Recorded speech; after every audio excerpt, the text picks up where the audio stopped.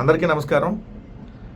చంద్రబాబు నాయుడు గారికి లెగిసిన దగ్గర నుంచి పడుకునేదాకా జగన్మోహన్ రెడ్డి గారి పేరు ఎత్తకపోతే మరి ఆయన ఇంట్లో ఏమైనా భోజనం పెట్టంటున్నారో ఏంటో ఒకసారి కనుక్కోవాలి.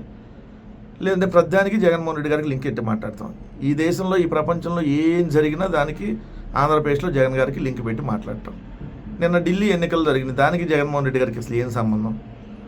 ఢిల్లీ ఎన్నికల్లో ఆమ్ ఆద్మీ పార్టీ ఓడిపోయి భారతీయ జనతా పార్టీ గెలిచింది. 27 ఏళ్ల తర్వాత భారతీయ జనతా పార్టీ దేశ రాజధానిలో ఏదైతే గెలవటం, ఎట్లకైనా గెలిచారు, గెలిపే కాబట్టి. సో దానికి జగన్మోహన్ రెడ్డి గారికి కారణం ఏంటి? ఆమ్ ఆద్మీ పార్టీ ఓడిపోతే జగన్ గారికి లింక్ ఏంటి అంటే, సంక్షేమ పథకాలంట ఆమ్ ఆద్మీ పార్టీ అక్కడ విపరీతంగా అమలు చేసేసిందంట, అందుకని చెప్పి ఓడిపోయిందంట. ఇప్పుడు మరి అధికారంలోకి వచ్చినటువంటి భారతీయ జనతా పార్టీ మేనిఫెస్టో ఏంటి? చంద్రబాబు నాయుడు గారు భారతీయ జనతా పార్టీ మేనిఫెస్టోలో సంక్షేమ పథకాలు లేవా?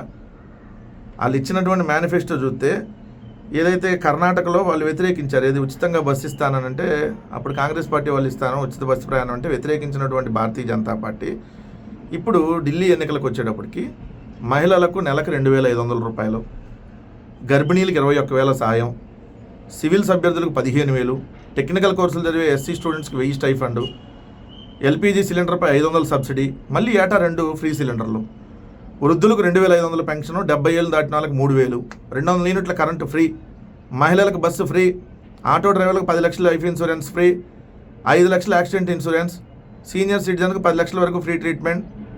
ఇవన్నీ భారతీయ జనతా పార్టీ ఇచ్చినటువంటి హామీలు. మరి ఇవన్నీ ఎందుకు ఇచ్చారు? ఇది కూడా సంక్షేమమే కదా. ఉచిత బస్సు అది ఉచిత పథకం కదా, ఉచిత పథకాలు ఎందుకు ఇచ్చారు?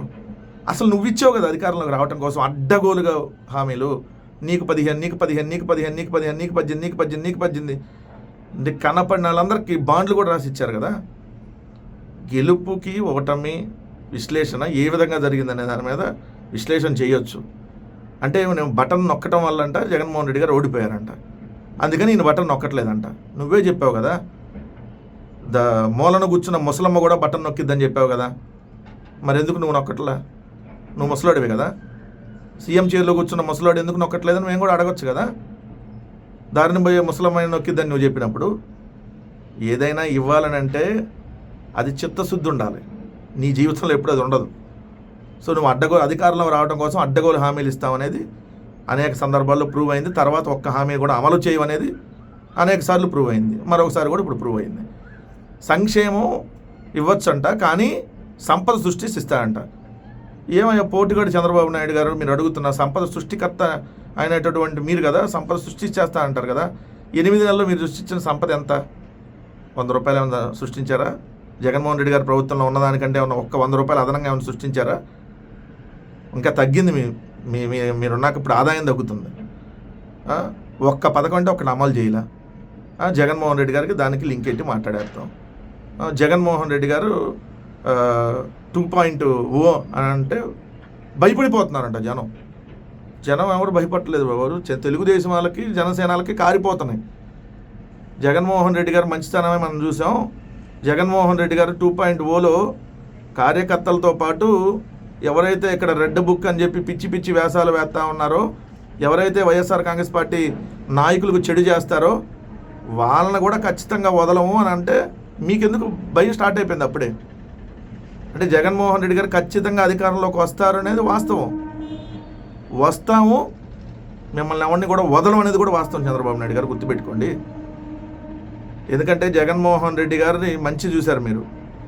తనకు ఓటు వేయిన వాళ్ళకు కూడా మంచి చేసినటువంటి వ్యక్తి జగన్మోహన్ రెడ్డి గారు. కానీ వైఎస్ఆర్ కాంగ్రెస్ పార్టీ కార్యకర్తలు జోలికి వచ్చి చెడు చేసిన వాళ్ళని వదులుతామా చంద్రబాబు నాయుడు గారు? ఎక్కడ ఉన్నా వదలం, గుర్తుపెట్టుకోండి. ఈ భూప్రపంచంలో ఎక్కడ ఉన్నా లాక్కొస్తాం ఖచ్చితంగా. 2.0 అనగానే మీకు అప్పుడే వణుకు స్టార్ట్ అయింది, అప్పుడే పరారు. మరి మీరు 4.0 కదా చంద్రబాబు నాయుడు గారు. 2.0 ఇక రాకుండానే 4.0లో ఉన్న మీరు ఎందుకు భయపడిపోతున్నారు? ఎందుకంటే మీరు ఈరోజు మంచి ఏం చేయట్లేదు, అంతా చెడు చేస్తూ ఉన్నారు. సో మంచి చేసేటటువంటి ఆలోచన లేదు, చేయలేరు కూడా. సో వైఎస్ఆర్ కాంగ్రెస్ పార్టీ వాళ్ళ మీద టార్గెట్ చేసి కక్ష సాధింపు రాజకీయాలు చేస్తూ ఉన్నారు. మరి వదిలిపెడతామా? 2.0 ఎలా ఉంటుందో అతి త్వరలో చూస్తారు చంద్రబాబు నాయుడు గారు. ఇప్పటికైనా మంచి ప్రభుత్వంగా పరిపాలించండి.